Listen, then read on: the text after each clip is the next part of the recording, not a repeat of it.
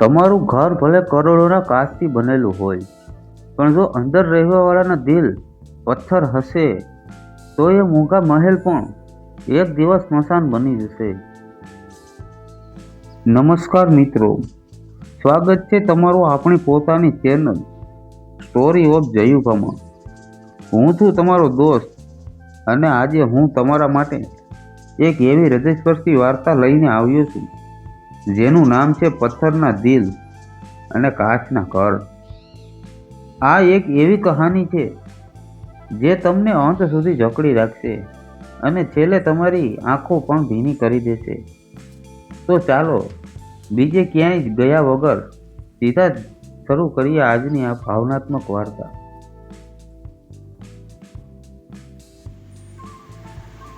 બહાર ધોધમાર વરસાદ વરસી રહ્યો હતો. વીજળીના ભયંકર કડાકાથી આખું આકાશ ધ્રુજી ઉઠ્યું હતું. પણ એથી મોટો કડાકો ગરડી છાતીમાં થઈ ગયો હતો. 65 વર્ષના રવજી બાપા પલરેલા, થરથર કાંપતા કાચના બંગલાની બહાર ઊભા હતા. એમના હાથમાં એક જૂનું, રંગ ઉડી ગયેલું લાકડાનું રમકડું હતું. એમણે ધ્રુજતા હાથે કાચના દરવાજા પર ટકોરા માર્યા. અંદરથી એક જુવાને જોયું. બાપાની સામે નજર મિલાવી અને પછી એણે ધીમેકથી મોઢું ફેરવીને બારીનો પડદો ખેંચી લીધો. પોતાના જ દીકરાને મોઢું ફેરવતો જોઈને રવજી બાપાના પગ નીચેની જમીન ખસી ગઈ. આખરે એવો તે શું વાંક હતો આ જીવનો? કેમ એક દીકરાએ પોતાના જન્મદાતા માટે દરવાજા બંધ કરી દીધા? આ સવાલનો જવાબ જાણવા માટે આપણે થોડા વર્ષો પાછળ જવું પડશે. રવજી બાપા અને એમના પત્ની કાંતાબાએ આખી જિંદગી કાળી મજૂરી કરી. એમનો એકનો એક દીકરો હતો, જેનું નામ રાહુલ. એણે ભણવા માટે બાપાએ પોતાનું લોહી અને પરસેવો એક કરી દીધા હતા. પોતે 2 ટંક ઓછું જમે, ફાટેલા કપડાં પહેરે, પણ દીકરાની જીદ ક્યારેય અધૂરી ન રાખે. છોકરો ભણવામાં ખૂબ હોશિયાર હતો. એ મોટો સાહેબ બનશે અને આપણા દુઃખના દિવસો પૂરા થઈ જશે, એવા સપના બંને મા બાપ રાત દિવસ જોતા રહેતા. સમય જતાં મહેનત રંગ લાવી. રાહુલને શહેરમાં એક મોટી કંપનીમાં નોકરી મળી ગઈ. એણે ત્યાં જ પોતાની મરજીથી લગ્ન પણ કરી લીધા. શરૂઆતમાં તો બધું બરાબર ચાલતું હતું, પણ ધીમે ધીમે શહેરની મોહમાયા એના મગજમાં હાવી થવા લાગી હતી. થોડા જ વર્ષોમાં રાહુલે શહેરમાં એક આલીશાન બંગલો બનાવી લીધો. બંગલાની આગળ મોંઘા કાચ લગાડ્યા હતા. બહારથી જોનારની આંખો અજાઈ જાય એવું રૂપાળું અને ચમકતું ઘર હતું. પણ કોઈને ક્યાં ખબર હતી કે આ કાચના ઘરમાં રહેવાવાળાના દિલ સાવ પથ્થર બની ગયા છે. ગામડે કાંતાબા અચાનક બીમાર પડ્યા. દીકરાને ઘણીવાર ફોન કર્યા, પણ એ કામમાં વ્યસ્ત હોવાના બહાના જ કાઢતો રહ્યો. છેવટે સાચી સારવાર ન મળવાથી કાંતાબાએ આ દુનિયા કાયમ માટે છોડી દીધી. બાપા હવે સાવ એકલા પડી ગયા હતા. ઉંમર પણ થઈ ગઈ હતી, એટલે ખેતીનું ભારે કામ થતું નહોતું. ઘરની ખાલી દિવાલો એમને ખાવા દોડતી. છોકરાની યાદ એમણે બહુ સતાવતી હતી. એક દિવસ બાપાથી રહેવાયું નહીં. એણે એક થેલીમાં 2 જોડી કપડાં નાખ્યા. સાથે કાંતાબાએ રાહુલ માટે વર્ષો પહેલા મેળામાંથી લીધેલું પેલું લાકડાનું રમકડું લીધું. એ જ વસ્તુ જે બાળક રાહુલને નાનપણમાં જીવથી પણ વધારે વહાલી હતી. બાપા બસ પકડીને શહેરમાં આવ્યા. લોકો પાસે સરનામું પૂછતા પૂછતા માંડ એ મોટા કાચના બંગલે પહોંચ્યા. ત્યારે સાંજ થઈ ચૂકી હતી. અચાનક વાદળો ઘેરાયા અને જોરદાર માવઠું ચાલુ થઈ ગયું. બાપા પાસે ઓઢવા માટે કંઈ નહોતું. એ પૂરેપૂરા પલળી ગયા. કપડામાંથી પાણી નીતરતું હતું. આમ છતાંય એમના ચહેરા પર એક આશા હતી કે એ ખુશ હતા કે હમણાં મારો દીકરો મને જોશે એટલે દોડીને મને વળગી પડશે. પણ અંદર ઘરમાં ચિત્ર કંઈક અલગ જ હતું. દીકરાના ઘરે મહેમાનો આવ્યા હતા. મોટી પાલટી ચાલતી હતી. બાપાને કાચના દરવાજા પાસે જઈને જોયું અને ટકોરા માર્યા. રાહુલે પણ બહાર જોયું, પણ પોતાના ગરીબ ભીંજાયેલા અને ગામડિયા બાપને જોઈને એણે અંદરથી જ ખૂબ શરમ આવી. એણે લાગ્યું કે આ અમીર લોકો વચ્ચે મારો બાપ મારી આબરૂનો ધજાગરો કરી નાખશે, અને એણે પડદો પાડી દીધો. રવજી બાપા ત્યાં જ જમીન પર ફસડાઈ પડ્યા. એમની આંખોમાંથી નીકળતા ગરમ આંસુ વરસાદના ઠંડા પાણીમાં ભળી ગયા. એ કાચના ઘર સામે જોઈને ધ્રુસકે ને ધ્રુસકે રડી પડ્યા. પણ શું વાર્તા અહીં જ પૂરી થઈ જાય છે? ના, આ તો માત્ર શરૂઆત છે. વરસાદ હજુ પણ તેમનું રૌદ્ર સ્વરૂપ બતાવી રહ્યો હતો. આકાશમાંથી પડતું એક ટીપું બાપાના હૃદય પર પથ્થરની જેમ વાગી રહ્યું હતું. રવજી બાબા ભારે હૈયે જમીન પરથી ઊભા થયા. એમના પગમાં હવે એક ડગલું પણ આગળ ચાલવાની તાકાત બચી નહોતી.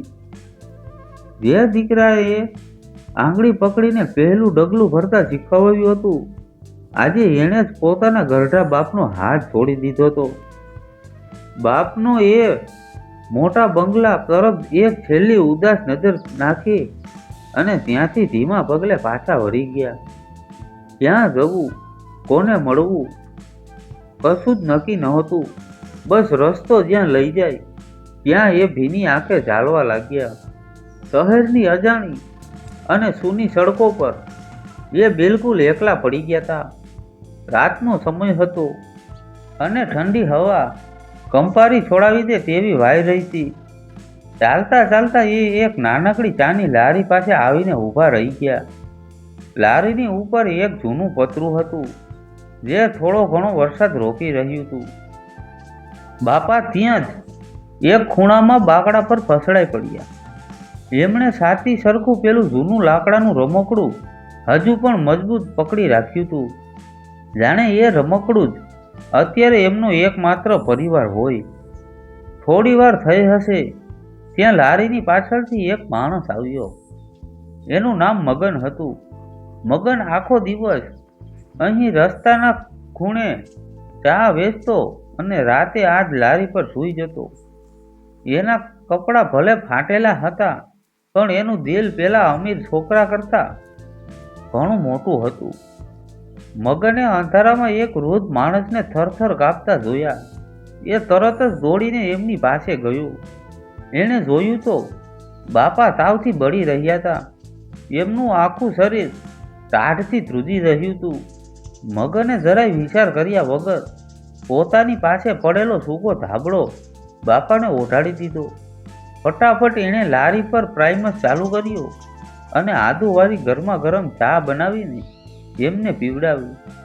ચાની ચૂસકી લેતા લેતા બાપાની આંખમાંથી આંસુ રોકાતા નહોતા. એક બાજુ પોતાનું લોહી હતું જેણે અમીરના નશામાં દરવાજા બંધ કરી દીધા હતા, અને બીજી બાજુ આ સાવ અજાણ્યો માણસ હતો જે પોતાની ઊંઘ બગાડીને એક બાપાની સેવા કરી રહ્યો હતો. દાદા, તમે કોણ છો? આટલા મોટા શહેરમાં આ અડધી રાતે આટલા વરસાદમાં કેમ ભટકો છો? તમારું ઘર ક્યાં છે? મગને ખૂબ જ પ્રેમ અને ચિંતાથી પૂછ્યું. વડીલે રડતા રડતા પોતાની આખી કહાની મગનને કહી સંભળાવી. કેવી રીતે એમણે પેટે પાટા બાંધીને છોકરાને ભણાવ્યો અને કેવી રીતે આજે એ છોકરાએ એમને કાઢી મૂક્યા. એ બધી વાત સાંભળીને મગનની આંખો પણ ભીની થઈ ગઈ. એણે બાપાના ખંભે હાથ મૂકીને કહ્યું, દાદા, તમે હવે જરાય ચિંતા ન કરો. ભગવાને ભલે એક રસ્તો બંધ કર્યો હોય, પણ બીજો રસ્તો જરૂર ખોલ્યો હશે. આજથી આ ચાની લારી જ તમારું ઘર અને હું તમારો દીકરો. રાત માંડ માંડ પસાર થઈ. સવાર પડી, પણ બાપાનો તાવ ઉતરવાનું નામ નહોતો લેતો. એમની તબિયત વધારે બગડવા લાગી. મગન ગભરાઈ ગયો અને રિક્ષા બાંધીને એમણે તાત્કાલિક સરકારી દવાખાને લઈ ગયો. ત્યાં ડૉક્ટરે તેમને તપાસ્યા, કેટલાક રિપોર્ટ કરાવ્યા અને પછી એક એવી વાત કહી જે સાંભળીને મગનના પગ નીચેની જમીન ખસી ગઈ. ડૉક્ટરે કહ્યું કે બાપાને એક બહુ ગંભીર બીમારી છે. જો થોડા જ દિવસોમાં એમની સારી સારવાર નહીં થાય તો એમનો જીવ બચાવવો મુશ્કેલ છે. આ શું? જે બાપ પોતાના દીકરા પાસે શાંતિથી બાકીની જિંદગી વિતાવવા આવ્યા હતા, એમની પાસે તો જિંદગીના ગણતરીના દિવસો જ બચ્યા હતા. 5 લાખ રૂપિયા! ડૉક્ટરના મોંમાંથી આ આંકડો સાંભળીને મગનના પગ તળેથી જમીન સરકી ગઈ. એક ગરીબ ચાવાળા માટે આટલી મોટી રકમ ભેગી કરવી એ આકાશમાંથી તારા તોડી લાવવા જેવું અઘરું કામ હતું. દવાખાનાની બહાર આવીને મગન બાકડા પર ફસલાઈ પડ્યો. એની આંખમાંથી સોધાર આંસુ ટપકવા લાગ્યા. એ જ વખતે રવજી બાપાએ ધીમેકથી હાથ મગનના માથા પર મૂક્યો. બાપાનો અવાજ સાવ ધીમો અને ઉદાસ થઈ ગયો હતો. એમણે કહ્યું, બેટા, મારા જેવા ગરઢા અને બીમાર લાકડા પાછળ તું તારી જિંદગી શું કામ બગાડે છે? મારી પાસે હવે સમય નથી. મને શાંતિથી ભગવાન પાસે જવા દે. મારા પોતાના જ લોહીએ મને કચરાની જેમ બહાર કાઢી મૂક્યો છે, તો તું શા માટે આટલો મોટો ભાર ઉપાડે છે? પણ મગન ક્યાં હાર માને એવો હતો. એણે તરત જ પોતાના આંસુ લૂછી નાખ્યા અને દાદાનો હાથ પોતાના હાથમાં લઈને બોલ્યો, દાદા, એવું જરાય ના બોલશો. તમે ગઈકાલે જ મને તમારો દીકરો કહ્યો છે ને, તો હવે આ દીકરાની ફરજ પૂરી કરવાનો વારો મારો છે. ભલે ગમે તે થઈ જાય, પણ હું તમને કંઈ થવા નહીં દઉં. તે જ દિવસથી મગને દિવસ રાત જોયા વગર કાળી મજૂરી ચાલુ કરી દીધી. સવારે વહેલા ઉઠીને ચાની લારી ચલાવે અને રાતે એક કારખાનામાં ભારે સામાન ઉચકવા જાય. પોતાની ઊંઘ અને જમવાનું બધું જ એણે પડતું મૂક્યું. એણે પોતાની પાસે પડેલી એકમાત્ર કિંમતી વસ્તુ, એની સ્વર્ગસ્થ માની ચાંદીની જૂની બંગડી પણ અડધી કિંમતે વેચી દીધી. છતાંય દવાની રકમ પૂરી થતી નહોતી અને દાદાની બીમારી ઝડપથી વધી રહી હતી. આ જોઈને મગને એક કાગળ પર દાદાની બીમારી વિશે મોટા અક્ષરે લખ્યું અને પોતાની લારી પાસે એક પ્લાસ્ટિકનો ડબ્બો મૂકી દીધો, જેથી આવતા જતા લોકો થોડી મદદ કરી શકે. કોઈ 5 રૂપિયા આપે તો કોઈ 50 રૂપિયા નાખે, પણ સમય રેતીની જેમ હાથમાંથી સરકી રહ્યો હતો. એક સવારે મગનની લારી પર એક કોલેજમાં ભણતો યુવાન ચા પીવા ઊભો રહ્યો. એની નજર બાજુમાં ખાટલામાં પડેલ બીમાર દાદા અને પરસેવે રેબઝેબ મગન પર પડી. યુવાને મગનને પૂછપરછ કરી. આખી વાત સાંભળીને એ છોકરાને નવાઈ લાગી. લોહીનો કોઈ સંબંધ ન હોવા છતાં એક સાવ અજાણ્યો માણસ આટલી સેવા કેમ કરી શકે? યુવાને તરત જ પોતાનો મોબાઈલ કાઢ્યો અને મગન તથા બાપાની પૂરી વાર્તા કહેતો એક હૃદયસ્પર્શી વિડીયો બનાવી લીધો. એણે ઇન્ટરનેટ પર આ વિડીયો મૂકીને લોકોને આર્થિક મદદ કરવા માટે 2 હાથ જોડીને વિનંતી કરી. ઇન્ટરનેટની દુનિયાનો જાદુ અને ઝડપી છે. જોત જોતામાં તો આ વિડીયો આખા શહેરમાં આગની જેમ ફેલાવા લાગ્યો. હજારો લોકોએ આ વિડીયો જોયો. લોકોની આંખો ભીની થઈ ગઈ અને મગનના બેંક ખાતામાં મદદના પૈસા આવવા લાગ્યા. સારવારનો રસ્તો હવે સાવ સરળ બની ગયો હતો, પણ ખરી ચોંકાવનારી ઘટના તો હવે બનવાની હતી. શહેરની સૌથી ઊંચી ઇમારતમાં એક ભવ્ય કાચની ઓફિસમાં બેઠેલી યુવાન સ્ત્રીના મોબાઈલમાં પણ આ વિડીયો આવ્યો. નવરાશના સમયે એણે જોયો, વિડીયો ચાલુ કર્યો. એના હાથમાંથી ફોન નીચે જમીન પર પડી ગયો. એની આંખો ફાટી ગઈ અને શ્વાસ અધર થઈ ગયા. આ સ્ત્રી બીજું કોઈ નહીં પણ પેલા પથ્થરદિલ વાળા દીકરા રાહુલની પત્ની નેહા હતી. નેહાને તો રાહુલે લગ્ન વખતે એવું જ કહ્યું હતું કે એના માતા પિતા તો પોતે બહુ નાનો હતો ત્યારે જ ગુજરી ગયા હતા. તો પછી વિડીયોમાં દેખાતા આ વૃદ્ધ માણસ કોણ હતા? અને જો આ રાહુલના જ સગા પિતા હતા તો એ રસ્તા પર ભીખ શા માટે માંગી રહ્યા હતા? આ જૂઠાણાનો પર્દાફાશ થયા પછી હવે નેહા પોતાના પતિ સામે એક મોટું વાવાઝોડું લઈને જવાની હતી. રાહુલનું એ ચમકતું કાચનું ઘર હવે ગમે ત્યારે તૂટીને વેર વિખેર થવાનું હતું. મોટા કાચના બંગલામાં એક ભયંકર અવાજ ગુંજી ઉઠ્યો. નેહાએ ગુસ્સામાં પોતાના હાથમાં રહેલો કાચનો ગ્લાસ જમીન પર પછાડી દીધો. ગ્લાસના ટુકડે ટુકડા થઈ ગયા, બરાબર એ જ રીતે જેમ આજે નેહાનો એના પતિ પરનો ભરોસો તૂટી ગયો હતો. આખો ઓરડો શાંત થઈ ગયો હતો. સામે ઉભેલા રાહુલના ચહેરા પર પરસેવો વળી ગયો હતો. રાહુલે ક્યારેય સપનામાં પણ નહોતું વિચાર્યું કે એનું છુપાયેલું સૌથી મોટું કાળું જૂઠ આટલી ભયંકર રીતે એની સામે આવીને ઊભું રહી જશે. રાહુલ, તે મારી સાથે આટલો મોટો દગો કેમ કર્યો?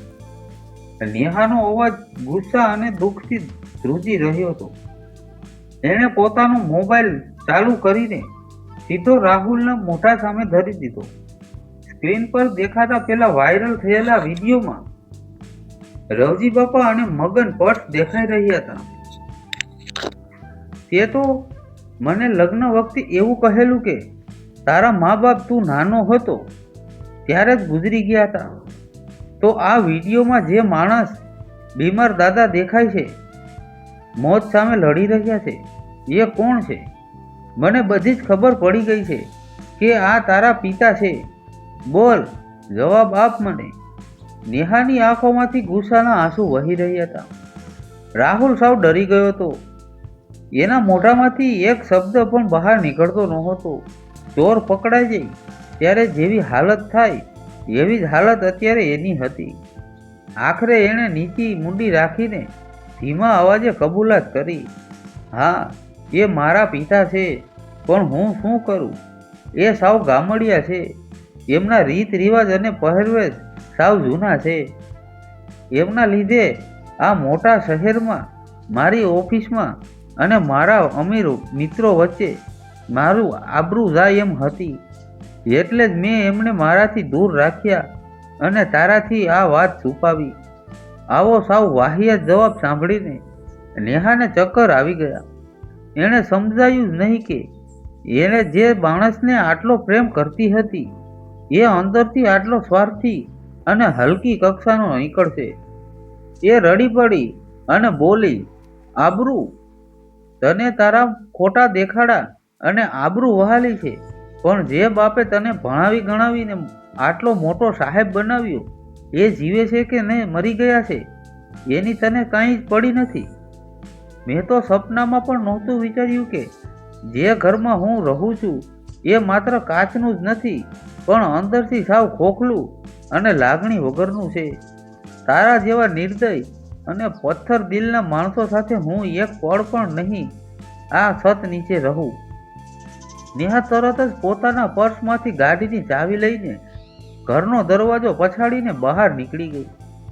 રાહુલે એણે રોકવાનો બહુ પ્રયત્ન કર્યો, પણ એ ન રોકાઈ. એણે મનોમન નક્કી કરી લીધું હતું કે આજે એ પોતાના સસરાને શોધીને જમશે. વિડીયોમાં દેખાતા રસ્તાઓ પર એ પોતાની ગાડી દોડાવવા લાગી. રસ્તામાં આવતા લોકોને વિડીયો બતાવીને પૂછતા માંડ એ મગનની લારી પાસે પહોંચી. પણ ત્યાં જઈને એણે જોયું તો લારી સાવ બંધ હતી. આસપાસ થોડા લોકોની ભીડ જમા થઈ ગઈ હતી. નેહાએ ગભરાતા જીવે એક પડોશીને પૂછ્યું કે અહીં જે દાદા હતા એ ક્યાં ગયા? પડોશીએ ઉદાસ થઈને જણાવ્યું કે બેન, પેલા દાદાની તબિયત અચાનક વધારે બગડી ગઈ છે. એમને શ્વાસ લેવામાં બહુ તકલીફ પડતી હતી. પેલો બિચારો મગન રડતો રડતો હમણાં જ એમને લઈને સરકારી દવાખાના તરફ દોડ્યો છે. ડૉક્ટર સાહેબ તો કહેતા હતા કે આજે હવે બહુ મોડું થઈ ગયું છે, હવે ફક્ત ભગવાન જ ચમત્કાર કરી શકે. આ સાંભળતા જ નેહાના પગ નીચેની જમીન સરકી ગઈ. એણે સમય બગાડ્યા વગર તરત જ ગાડી હોસ્પિટલ તરફ વાળી. સરકારી દવાખાનાની લાંબી અને સાવ સુમસાન પડસાળમાં નેહાના સેન્ડલનો અવાજ ગુંજી રહ્યો હતો. એનો શ્વાસ ફૂલી ગયો હતો અને આંખોમાં પાણી ભરાઈ આવ્યા હતા. આજુબાજુ નજર દોડાવતા એની નજર કાચના દરવાજાવાળા આઈસીયુ રૂમની બહાર જમીન પર બેઠેલા એક યુવાન પર પડી. એના ચહેરા પર નિરાશા હતી અને આંખો રડી રહી હતી.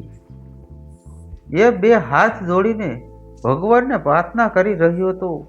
નેહા તરત જ સમજી ગઈ કે આ જ મગન છે જેણે પોતાના સસરાને આશરો આપ્યો હતો. ભાઈ, મગનભાઈ, નેહાએ હાંફતા હાંફતા પૂછ્યું. મગને ધીમેકથી ઊંચું જોયું. સામે એક મોટા ઘરની મોંઘા કપડાં પહેરેલી બાઈ ઊભી હતી. હા બેન, મારું નામ જ મગન છે, પણ તમે કોણ છો? અહીં દવાખાનામાં કેમ આવ્યા છો? નેહા તરત જ કોઈ પણ જાતના સંકેત વગર જમીન પર મગનની સામે બેસી ગઈ અને રડતા રડતા બોલી, હું એ જ અભાગણી વહુ છું જેના પથ્થર દિલના પતિએ પોતાના જન્મદાતાને વરસાદમાં રઝળતા છોડી દીધા છે. હું રાહુલની પત્ની નેહા છું.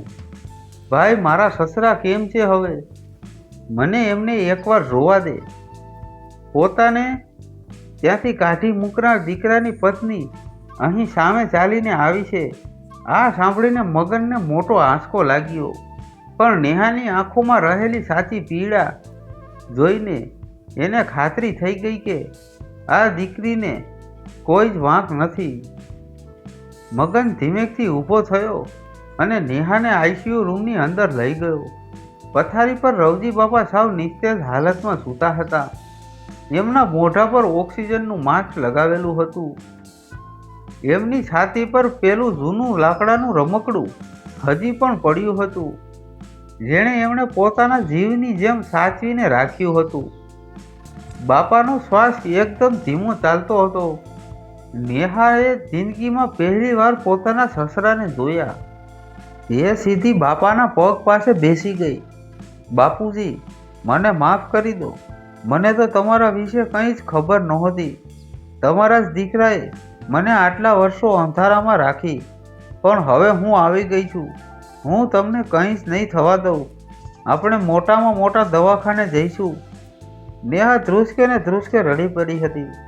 પોતાના કાન પર પડતા રડવાના અવાજને સાંભળીને બાપાએ માંડ માંડ પોતાની ભારે પાપણો ખોલી.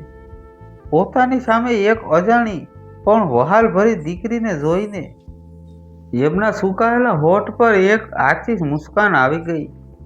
એ કંઈ બોલી શકે તેમ નહોતા, પણ એમનો ધ્રુજતો હાથ આશીર્વાદ આપવા માટે નેહાના માથા પર મુકાયો. ત્યાં જ અચાનક પાછળથી રૂમનો દરવાજો ખૂબ જોરથી ખુલ્યો. બધાની નજર દરવાજા તરફ ગઈ. ત્યાં બીજું કોઈ નહીં પણ રાહુલ ઊભો હતો. એનો ચહેરો ગુસ્સામાં અને ડરથી લાલઘૂમ હતો. પોતાની પત્નીને આમ દવાખાનામાં એક ભિખારી જેવા લાગતા બાપના પગમાં પડેલી જોઈને એનો અહંકાર ફરીથી જાગી ઉઠ્યો. નેહા, આ શું નાટક માંડ્યું છે? ચાલ ઘરે. આ લોકો આપણી આબરૂના કાકરા કરી નાખશે. મારા મિત્રો શું વિચારશે? રાહુલે નેહાનો હાથ પકડીને ખેંચવાનો પ્રયત્ન કર્યો, પણ આ વખતે નેહા જરાય ડરી નહીં. એણે ઝટકાથી રાહુલનો હાથ છોડાવી દીધો અને પોતાનો હાથ ઊંચો કર્યો. એક જોરદાર લાફો રાહુલના ગાલ પર પડ્યો. હજુ તો રાહુલ કંઈ સમજે એ પહેલાં જ રૂમમાં રહેલા હાર્ટબીટ માપવાના મશીનમાંથી એક સરંગ અને ડરામણો અવાજ આવવા લાગ્યો. બધા એકદમ સ્તંભ થઈ ગયા. મશીનની લીટી સાવ સીધી થઈ ગઈ હતી. ડોક્ટરો અને નર્સો દોડતા અંદર આવ્યા અને બધાને ધક્કા મારીને બહાર કાઢ્યા. શું બાપાએ પોતાના દીકરાનું આ કઠોર રૂપ જોઈને હંમેશ માટે આંખ મીચી લીધી? શું રાહુલને હવે ક્યારેય પોતાની ભૂલ સુધારવાનો મોકો મળશે કે પછી એ કાયમ માટે અનાથ થઈ જશે? છેલ્લો અને સૌથી મોટો વળાંક હજુ બાકી હતો. ચાલો આપણે જોઈએ. ડોક્ટરોએ તરત જ દોડીને બાપાની છાતી પર પમ્પિંગ કરવાનું ચાલુ કર્યું. મશીનમાંથી આવતો પેલો સળંગ અને ડરામણો અવાજ આખા રૂમમાં સન્નાટો પાથરી રહ્યો હતો. 5 મિનિટ, 10 મિનિટ, ડોક્ટરોએ પૂરી તાકાત લગાવી દીધી, પણ બાપાના શરીરમાં કોઈ જ હલનચલન નહોતું. આખરે મુખ્ય ડોક્ટરે ઊંડો શ્વાસ લઈને હારીને માથું હલાવ્યું. એણે બાપાના મોઢા પરથી ઓક્સિજન માસ્ક હટાવી લીધું. અમે બહુ પ્રયત્ન કર્યો, પણ અમે દાદાને બચાવી ન શક્યા. એ હવે આ દુનિયામાં નથી રહ્યા. ડોક્ટરના આ શબ્દો સાંભળતા જ રૂમમાં જાણે આભ તૂટી પડ્યું. મગન અને રેહા પોક મૂકીને રોવા માંડ્યા. પણ રાહુલ જાણે પથ્થરની મૂર્તિ બની ગયો હતો. એની આંખો ફાટેલી ને ફાટેલી જ રહી ગઈ હતી. ડોક્ટરે બાપાની છાતી પર પડેલું પેલું જૂનું લાકડાનું રમકડું ઉઠાવ્યું અને રાહુલના હાથમાં મૂકતા કહ્યું, દાદા છેલ્લી ઘણી સુધી આ રમકડું છાતી સરખું ચાંપીને સૂતા રહ્યા. કદાચ એમને એમના દીકરાની બહુ યાદ આવતી હતી. હાથમાં એ લાકડાનું રમકડું આવતા જ રાહુલના મગજમાં જાણે 440 વોલ્ટનો ઝટકો લાગ્યો. એણે અચાનક પોતાના નાનપણ યાદ આવી ગયું, જ્યારે એ સાવ નાનો હતો અને એકવાર એને તાવ આવ્યો હતો, ત્યારે એના બાપાએ આખી રાત જાગીને એને છાતીએ લગાવી રાખ્યો હતો. આ એ જ રમકડું હતું જે બાપાએ પોતાની કાળી મજૂરીના પૈસા બચાવીને પોતે ભૂખ્યા રહીને એણે ગામના મેળામાંથી અપનાવ્યું હતું. રાહુલનો બધો જ ખોટો અહંકાર, બધી જ શરમ અને એનું પથ્થર જેવું દિલ એક જ પળમાં તૂટીને વેર વિખેર થઈ ગયું. બાપુજી, ઓ બાપુજી, મને માફ કરી દો, હું સાવ આંધળો થઈ ગયો હતો. રાહુલ જમીન પર ઘૂંટણભેર બેસી પડ્યો. એ રમકડાને છાતીએ લગાડીને નાના બાળકની જેમ ધ્રુસકે ને ધ્રુસકે રડવા લાગ્યો. પણ હવે શું ફાયદો? જે બાપે આખી જિંદગી દીકરા માટે ઘસી નાખી, એ બાપને મરતી વખતે દીકરાએ જ ધક્કો માર્યો હતો. હવે આ આંસુ સાવ નકામા હતા. નેહાએ પોતાના આંસુ લૂછ્યા અને એકદમ કઠોળ અવાજે રાહુલને કહ્યું, હવે આ ખોટો દેખાડો કરવાનું બંધ કર. તે તારા ખોટા અહંકાર અને આબરૂ માટે તારા ભગવાન જેવા બાપને વરસાદના રસ્તા વચ્ચે રઝળતા છોડી દીધા. તને તારો મોંઘો કાચનો બંગલો મુબારક. આજથી મારો અને તારો રસ્તો કાયમ માટે અલગ છે. હું તારા જેવા સ્વાર્થી માણસને મોઢું પણ જોવા નથી માગતી. એટલું કહીને નેહા એક વાર પણ પાછું જોયા વગર ત્યાંથી હંમેશ માટે ચાલી ગઈ. રવજી બાપાની અંતિમ વિધિ પેલા ચાવાળા મગને જ કરી. એ લોહીનો સંબંધ ન હોવા છતાં સાચો દીકરો સાબિત થયો.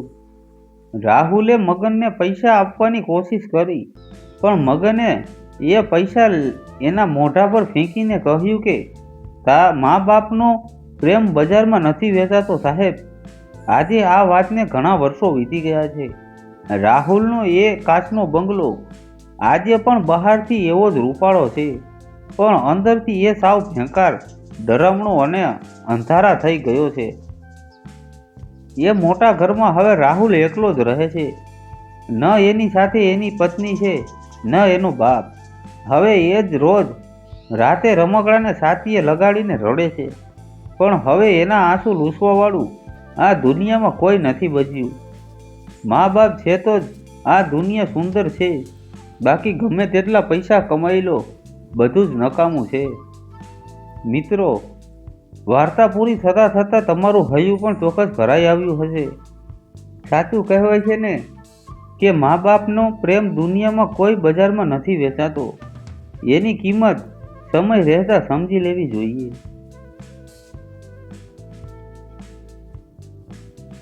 જો આ વાર્તાએ તમારા હૃદયને સ્પર્શ કર્યો હોય તો વિડીયોને એક લાઈક ચોક્કસ આપજો અને તમારા મિત્રો તેમજ પરિવાર સાથે શેર કરવાનું ના ભૂલતા. અને હા, આવી જ અવનવી, રહસ્યમય અને દિલને સ્પર્શી જાય એવી વાર્તાઓ સાંભળવા માટે આપણી ચેનલ સ્ટોરી ઓફ જયુભાને અત્યારે સબસ્ક્રાઈબ કરી લો અને પેલું બેલ આઇકન દબાવી દો. ફરી મળીશું એક નવી વાર્તા સાથે. ત્યાં સુધી આવજો અને તમારા મા બાપનું હંમેશા ધ્યાન રાખજો. જય માતાજી. હર હર મહાદેવ.